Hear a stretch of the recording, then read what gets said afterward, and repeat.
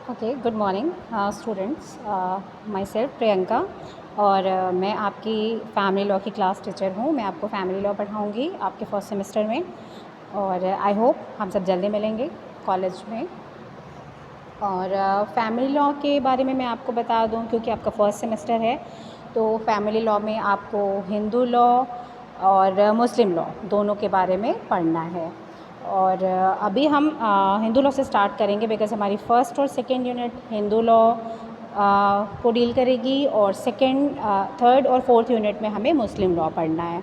तो हिंदू लॉ में हमें क्या क्या पढ़ना है, हिंदूज़ के लिए क्यों हिंदू लॉ बनाई गई है, ये किस तरह का पर्सनल लॉ है। आप सब जानते होंगे हिंदू लॉ और पर्सनल लॉ, हिंदू लॉ और मुस्लिम लॉ एक पर्सनल लॉ है। तो क्यों बनाई गई है ये पर्सनल लॉ, वो क्या क्या एरियाज़ हैं, क्या क्या वो डायमेंशंस हैं जिनको हिंदू लॉ डील करेगा, इसके बारे में हम देखेंगे। मैं आपको बताऊंगी अच्छे से। अभी पहले हम सिलेबस के बारे में जान लेते हैं कि आपकी जो फर्स्ट यूनिट है हिंदू लॉ की, उसमें हमें क्या क्या पढ़ना है। पहले इसको देख लेते हैं। तो फर्स्ट यूनिट हिंदू लॉ की बता रही है सिलेबस में आपके है हिंदू लॉ का nature, the nature of Hindu law, who is Hindu and the sources of Hindu law. ये दोनों पोर्शन, ये तीनों टॉपिक्स आपके nature of Hindu law, sources of Hindu law and who is Hindu, ये तीनों पोर्शंस आपके अनकोडिफाइड हैं। इसमें थियोरेटिकल पार्ट पढ़ना है आपको और एक जो कोडिफाइड पोर्शन पढ़ना है आपको, एक एक्ट पढ़ना है, उसके कुछ सेक्शंस को पढ़ना है हमें, वो है हिंदू मैरिज एक्ट 1955, जो कि हमें पढ़ना है सेक्शन 5 to 23। बहुत इम्पॉर्टेंट एक्ट है, इसके बारे में अच्छे से पढ़ेंगे हम क्लास में। आपके क्वेश्चंस को भी मैं सॉल्व करवाऊंगी वीडियो के थ्रू, लेक्चर के थ्रू, हम सारे कंसेप्ट्स को अच्छे से समझेंगे। तो सिलेबस हमने देखा, nature, who is Hindu and sources of Hindu law and Hindu marriage act 1955 from section 5 to 23। ये हमारा सिलेबस है फर्स्ट यूनिट का हिंदू लॉ का। ठीक है, तो हम क्वेश्चन वाइज देखेंगे कि क्या क्या इम्पोर्टेंट क्वेश्चंस यूनिवर्सिटी ने लास्ट ईयर, प्रीवियस ईयर्स में बनाए हैं, क्या क्या पूछा है यूनिवर्सिटी में, पूछा गया है लास्ट एग्ज़ाम्स में, प्रीवियस ईयर्स के एग्ज़ाम में, उसके बारे में हम क्वेश्चन वाइज पढ़ते चलेंगे। और क्लास जो जूम से आपकी ऑनलाइन क्लास होगी उसमें भी हम डिस्कशन करेंगे और वास्ट डिस्कशन करेंगे, लेकिन जो वीडियो के थ्रू मैं आपसे मिलूँगी उसमें हम क्वेश्चन वाइज पढ़ेंगे। ठीक है, जो इम्पोर्टेंट क्वेश्चंस आपके पूछे गए हैं प्रीवियस ईयर्स में। तो देख लेते हैं। हाँ, पहला क्वेश्चन आपका पूछा गया है, बार बार आता है ये क्वेश्चन यूनिवर्सिटी जब एग्ज़ाम करवाती, हु इज़ हिंदू, हिंदू कौन है। सिलेबस में भी हमने देखा है, ये टॉपिक है आपका हु इज़ हिंदू। जान लेते हैं, नोट्स से पढ़ के समझते हैं अच्छे से। Hindu is a general term embracing all those who are commonly known as Hindu.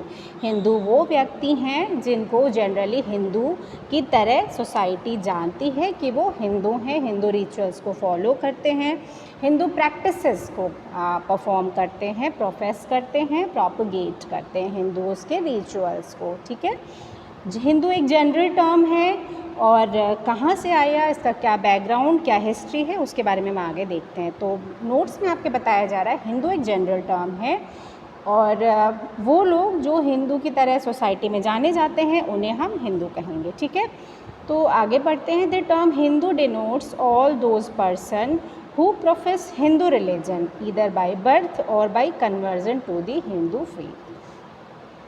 Hindu आगे बताया जा रहा है कि हिंदू तो एक जनरल टर्म है और सोसाइटी में जो व्यक्ति अपने आप को हिंदू की तरह प्रेजेंट करता है, जिसको लोग जानते हैं कि ये व्यक्ति हिंदू है, ये पर्सन हिंदू है, उसे हिंदू माना जाएगा, वो हिंदू कहा जाएगा। फर्दर बताया जा रहा है कि the term Hindu denotes all those person who profess Hindu religion. Hindu religion को फॉलो करते हैं, प्रोफेस करते हैं, मैंने आपको बताया, और वो कैसे करते हैं, बाय बर्थ, जन्म से ही हिंदू रिलीजन को प्रोफेस कर रहे हैं, जन्म लेने के बाद से ही उन्होंने हिंदू रिलीजन को प्रोफेस किया है, या फिर और by conversion to the Hindu faith. हो सकता है कोई एक व्यक्ति किसी और रिलीजन का फॉलोअर रहा हो और बाद में कन्वर्जन करके हिंदू बन गया हो, तो उसे भी हिंदू माना जाएगा। ठीक है, तो हिंदू कौन होंगे? हिंदू वो व्यक्ति होंगे जिन्हें समाज में, सोसाइटी में लोग हिंदू की तरह जानते हैं, उनकी रिकॉग्निशन है हिंदू की तरह, एक हिंदू व्यक्ति की तरह। वो बाई बर्थ हिंदू पैदा हुआ है, वो बाई बर्थ हिंदू है। और हिंदू रिलीजन में जो प्रैक्टिसेस दिए गए हैं उसको फॉलो करता है, हिंदू रिलीजन को प्रोफेस करता है, या बाई कन्वर्जन वो हिंदू बना है। इन ऐसे व्यक्तियों को हम हिंदू कह सकेंगे। अब हिंदू वर्ड के बारे में हम जानते हैं कि हिंदू वर्ड कहाँ से ओरिजिनेट हुआ, कहाँ से Hindu word, Hindu term existence में आया। तो देख लेते हैं नोट्स में। The word Hindu has been originated from the word Sindhu. Sindhu river के बारे में आप सब जानते होंगे। इंडस वैली सिविलाइजेशन के बारे में आपने पढ़ा होगा अपने 11th-12th के क्लास में, या क्लास 6 से ही हम पढ़ना शुरू कर देते हैं इंडस वैली सिविलाइजेशन के बारे में, जो कि सबसे पुरानी सिविलाइजेशन, सबसे पहली सिविलाइजेशन मानी जाती है। उसे सिंधु रिवर के किनारे बसाया गया था। ठीक है, तो जो हिंदू टर्म है देख लेते हैं। The word Hindu has been originated from the word Sindhu. Persian pronounced the alphabet S as H. Therefore, they started calling people living eastern side of Sindhu as Hindu and land called Hindustan. जो भी व्यक्ति Sindhu river के किनारे resided करते थे, eastern side में Sindhu river के रहते थे, उन्हें पर्शियन लोग थे या जो ईरानी लोग थे, ईरानी कल्चर के लोग थे, उन्हें प्रॉब्लम आती थी, वो प्रॉब्लम फेस करते थे S अल्फ़ाबेट को प्रोनाउंस करने में, उन्हें H अल्फ़ाबेट प्रोनाउंस करना ज़्यादा कन्वीनियंट लगता था। इसलिए उन्होंने सिंधु रिवर के किनारे रहने वाले सिविलाइजेशन में जो लोग रहते थे, इंडस वैली सिविलाइजेशन में, सिंधु रिवर के कॉर्नर में, ईस्टर्न पार्ट में जो लोग रहते थे, उन्हें सिंधु ना कहकर, क्योंकि उन्हें एस प्रोनंसिएशन ईजी नहीं था, कन्वीनियंट नहीं था, एच प्रोनाउंस करना ज़्यादा कन्वीनियंट होता था उनके लिए, तो इस तरह से सिंधु रिवर के किनारे रहने वाले लोगों को हिंदू कहना शुरू किया पर्शियंस ने और ईरानीज़ ने। ठीक है, और इस तरह से सिंधु रिवर के किनारे रहने वाले लोग हिंदू कहलाने लग गए, और जो लैंड था हिंदूज़ का वो हिंदुस्तान कहलाने लग गया। सिंधुस्तान के बदले उन्होंने हिंदुस्तान कहा। तो इस तरह से हिंदू वर्ड एग्जिस्टेंस में आया। ठीक है, तो हमने देख लिया हिंदू किसे हम कह सकेंगे, जनरल मीनिंग देखी उसकी, जनरल टर्म क्या होता है, और हिंदू किसे कहा जा सकता है। तो हमने देखा बाई बर्थ कोई हो सकता है हिंदू, या बाई कन्वर्जन हो सकता है जो हिंदू रिलीजन को प्रोफेस करता हो, या फिर जिसे सोसाइटी रिकॉग्नाइज करती है as a Hindu person. Alright, आगे बढ़ते हैं हम। Person to whom Hindu law applies, वो कौन व्यक्ति होंगे जिन पर हिंदू विधि लागू होगी। वो कौन से व्यक्ति, वो कौन से पर्सन होंगे जिन पे हिंदू लॉ अप्लाई होगी। हम देख लेते हैं। कैटेगरी दी हुई है, 9 कैटेगरीज दी हुई हैं। इन 9 कैटेगरीज में आने वाले सभी व्यक्तियों पे, सभी पर्सन्स पे हिंदू लॉ साइमल्टेनियसली अप्लाई होगी। ठीक है, पढ़ लेते हैं। पहला कहा जा रहा है कि uncodified Hindu law applies to following categories of persons. वो क्या कैटेगरीज हैं, जिसमें नंबर 1 दिया है, Hindus by birth and also to Hindu by religion convert to Hinduism. ठीक है, तो हम लोगों ने पहले ही देख लिया हम हिंदू किसे कहेंगे। तो हमने पहले ही देखा था कि कोई व्यक्ति जो जन्म लेता है, जन्म से हिंदू है, उसके पेरेंट्स हिंदू हैं, वो हिंदू फैमिली में पैदा हुआ है, तो बाय बर्थ जो हिंदू है उस पे हिंदू लॉ अप्लाई होगी। और जो कन्वर्ट होके आ रहे हैं, हिंदू बन जा रहे हैं किसी और रिलीजन के, पारसीज़ थे, ज्यूज़ थे, मुस्लिम थे, या कोई और रिलीजन को फॉलो करने वाले थे, यहूदीज़ थे, तो ये अगर कन्वर्ट होके हिंदू बन जाते हैं तो इन पे भी हिंदू लॉ अप्लाई होगी। ठीक है, और वो हिंदू लॉ से गवर्न होंगे। सेकंड देख लेते हैं। सेकंड कैटेगरी दी हुई है, illegitimate children where both parents are Hindus.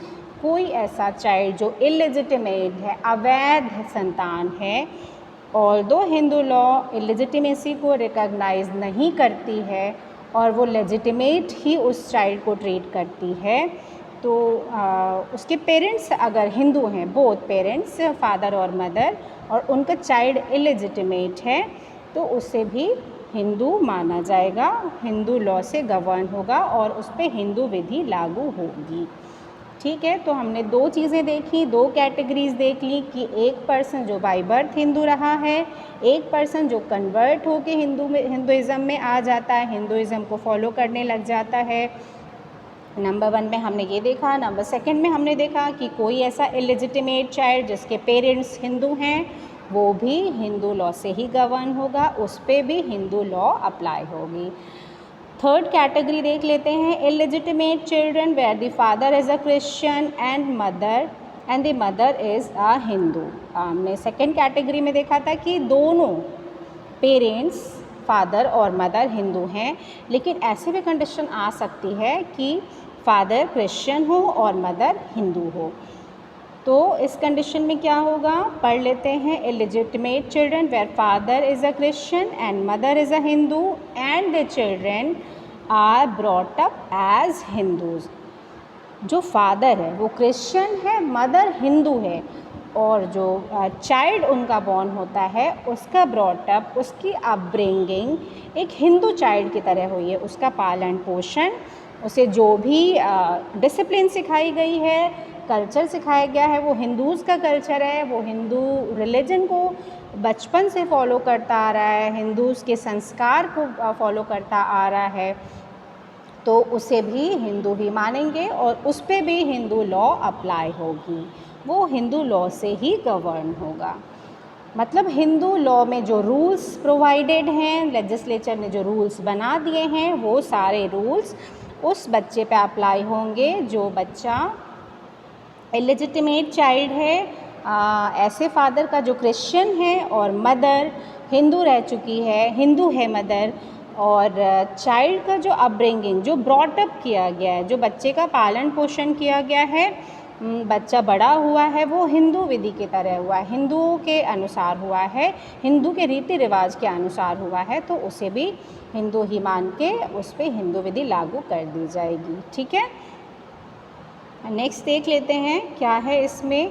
But the Hindu law, ये आपका एक्सेप्शन बता रहा है, मैं पढ़ देती हूँ। But the Hindu law which contemplates the father as the head of the family and son as coparcenaries by birth with right of survivorship can not from the very much nature of the case apply to such children. कोई ऐसी family जिसमें एक father जो है family का, वो head of the family माना जा रहा है, एक जॉइंट फैमिली है, उसमें father head of the family माना जा रहा है, और उसमें जो सन्स हैं वो कोपार्शनर बन रहे हैं, कोपार्शनरी पा जा रहे हैं बाय बर्थ, और उनका राइट कैसा है, सर्वाइवरशिप से उनको राइट मिल रहा है। तो उस पर अगर ये इस तरह की फैमिली है तो वहाँ पे जो आपका हिंदू लॉ के जो रूल्स हैं वो अप्लाई हो, ऐसा नेसेसरी हमेशा नहीं होगा, ये इसका एक्सेप्शन दिया गया है। ठीक है, नेक्स्ट देख लेते हैं। The Jains, Buddhist in India, Sikh and Namboodiri Brahmans except so far as such law is varied by custom and to Lingayats who are considered as Shudras।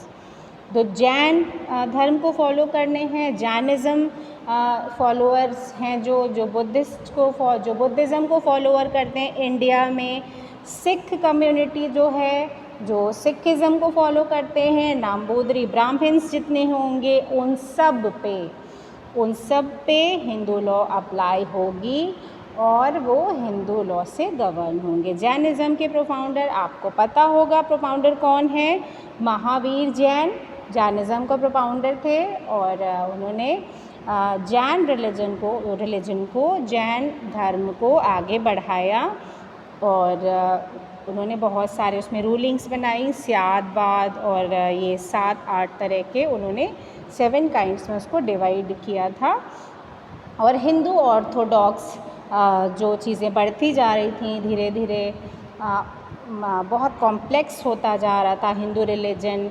वैदिक पीरियड आने के बाद कहीं ना कहीं जो यज्ञ और ये फॉर्मेलिटीज़ की जा रही थी वो अननेसेसरी कॉम्प्लेक्स बनाई जा रही थी। इसके ही रिपरकशंस में जैनिज़्म और बुद्धिज़्म इंडिया में आया था। तो जो जैनिज़्म के फॉलोअर्स हैं, मैंने आपको बता दिया महावीर स्वामी इसके प्रोपाउंडर थे, उन्होंने ही इस रिलीजन को चलाया था। और अच्छी अच्छी बातें सभी रिलीजन से लेके जैनिज़्म आया था। ठीक है, बुद्धिज़्म के बारे में देख लेते हैं। बुद्धिज़्म को गौतम बुद्धा ने चलाया था इंडिया में, बहुत ही फेमस हुआ था वो religion. Out of the India भी इसके बहुत सारे फॉलोअर्स हैं अलग अलग कंट्रीज़ में, लाइक आपका थाईलैंड हो गया, जापान हो गया, म्यांमार हो गया, श्रीलंका, यहाँ बहुत सारे बुद्धिस्ट फॉलोअर्स पाए जाते हैं। लेकिन यहाँ जो बुद्धिज़्म की बात की जा रही है, जो इंडिया में बुद्धिज़्म को फॉलो करने वाले होंगे, जो इंडिया में बुद्धिज़्म को फॉलो करते होंगे, उन पे ही हिंदू लॉ लागू होगी और वो हिंदू लॉ से गवर्न होंगे।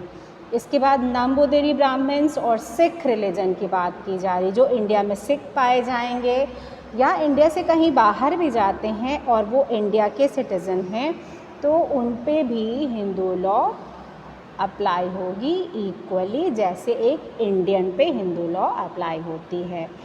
कोई भी हिंदू व्यक्ति, चाहे वो जैन हो, सिख हो और बुद्धिस्ट हो, नंबूदिरी ब्राह्मण हो, इन सब पे हिंदू लॉ अप्लाई होगी। ठीक है, नेक्स्ट कैटेगरी देख लेते हैं।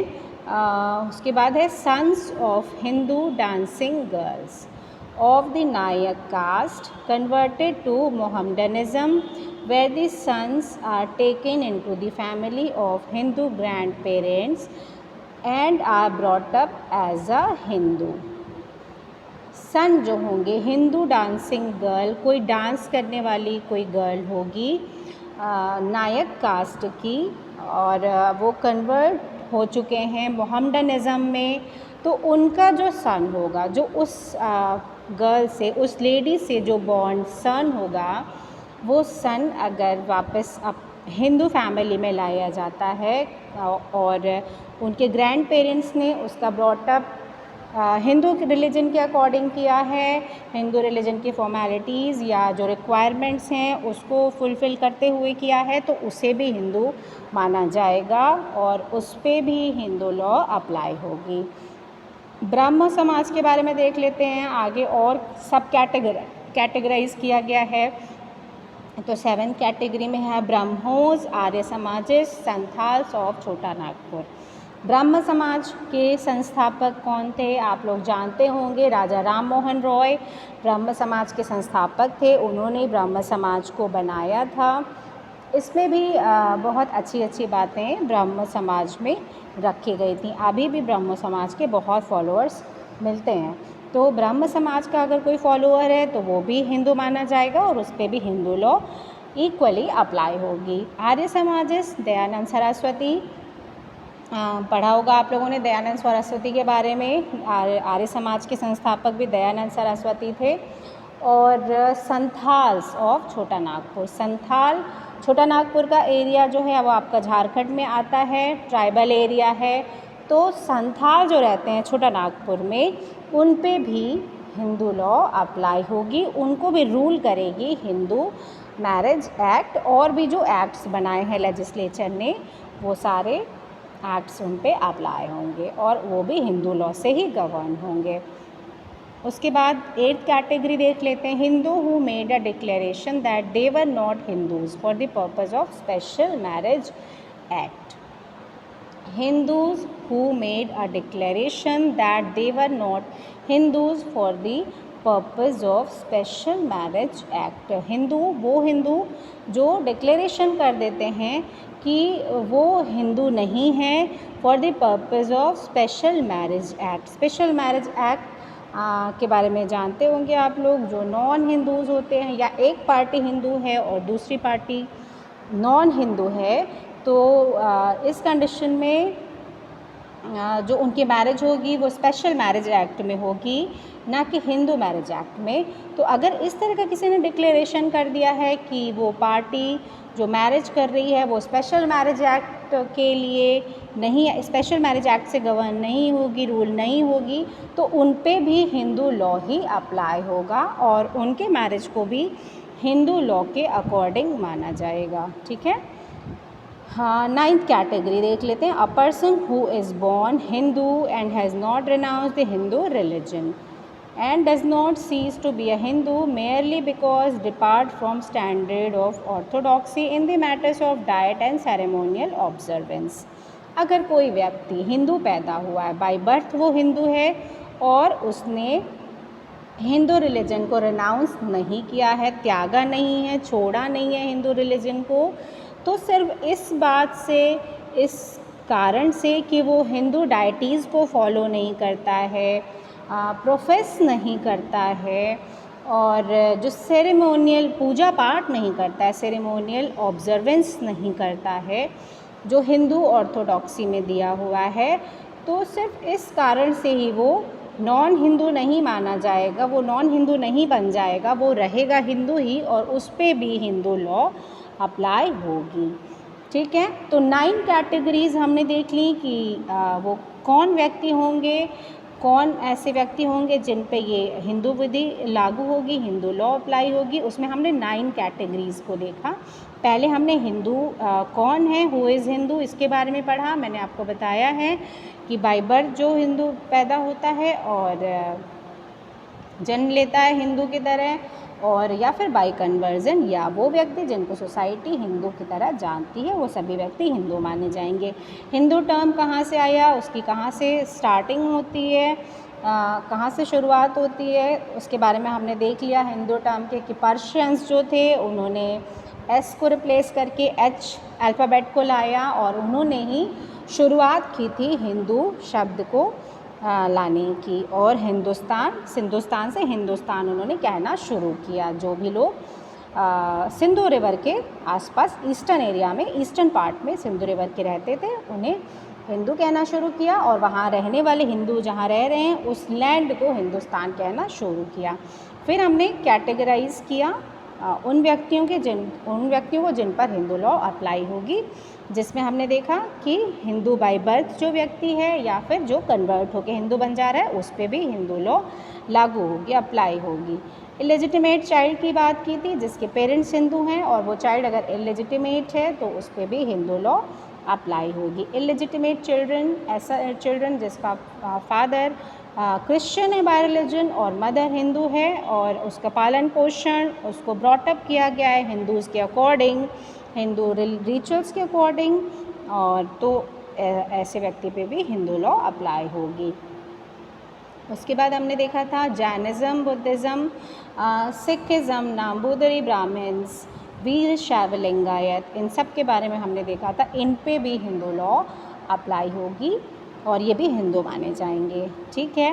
और एक हिंदू जो बाय बर्थ हिंदू है और उसने हिंदू रिलीजन को रिनाउंस नहीं किया, त्याग नहीं दिया है, ये पॉइंट छूट गया था, मैं आपको बता देती हूँ। A Hindu by birth who having renounced Hinduism has reverted to it after performing the religious rites of repentance. ठीक है।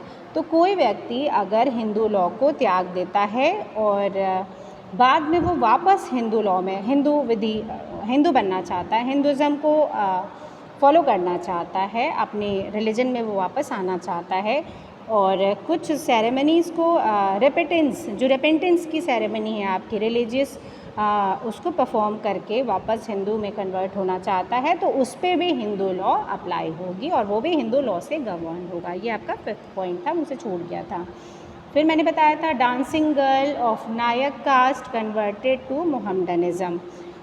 तो अगर कोई नायक कास्ट की कोई डांसिंग गर्ल रही हो और उसका कोई सन वापस अपनी हिंदू फैमिली में किसी ग्रैंड पेरेंट्स से ले लिया जाता है और उसको ब्रॉटअप किया जाता है हिंदू की तरह, तो उस पर भी हिंदू लॉ अप्लाई होगी। ब्रह्म समाज, आर्य समाजीज़ और संथाल्स ऑफ छोटा नागपुर, इनके बारे में भी हमने बात की थी तो इन पे भी हिंदू लॉ अप्लाई होगी। स्पेशल मैरिज एक्ट में जो लोग नहीं आएंगे उन पे भी हिंदू लॉ अप्लाई होगी। और उसके बाद हमने बात की थी कि कोई एक ऐसा पर्सन जो हिंदू डाइटीज़ को प्रॉपरली ऑर्थोडॉक्सी जो दी गई है, स्टैंडर्ड ऑफ ऑर्थोडॉक्सी दी गई है, उसको वो फुलफ़िल नहीं करता है, तो सिर्फ इस वजह से ही वो हिंदू होने से प्रोहिबिट नहीं कर दिया जाएगा और वो तब भी हिंदू बना रहेगा जब तक कि उसने हिंदू रिलीजन को रिनाउंस नहीं कर दिया है। ठीक है, तो ऐसे व्यक्ति पे भी हिंदू लॉ अप्लाई होगी। तो ये आपका इम्पॉर्टेंट क्वेश्चन था। ये हिंदू हु इज़ हिंदू, ये शॉर्ट क्वेश्चन में भी आता है और लॉन्ग क्वेश्चन भी बन सकता है आपका, person to whom Hindu law applies and who is Hindu. ये दोनों टॉपिक मिला के आपके लॉन्ग क्वेश्चन बन सकता है और हु इज़ हिंदू ये आपके शॉर्ट क्वेश्चन में आ सकता है। तो आप चाहें तो इसको मिला के कंसाइज में शॉर्ट आंसर अपना अटेम्प्ट कर सकते हैं और अगर आपसे लॉन्ग क्वेश्चन पूछा जाएगा तो आप इसको लॉन्ग क्वेश्चन में भी लिख सकते हैं। ओके स्टूडेंट्स, तो आज के लिए इतना ही और नेक्स्ट क्लास में मैं आपको और चीज़ें बताऊंगी। ठीक है, okay, take care and good bye.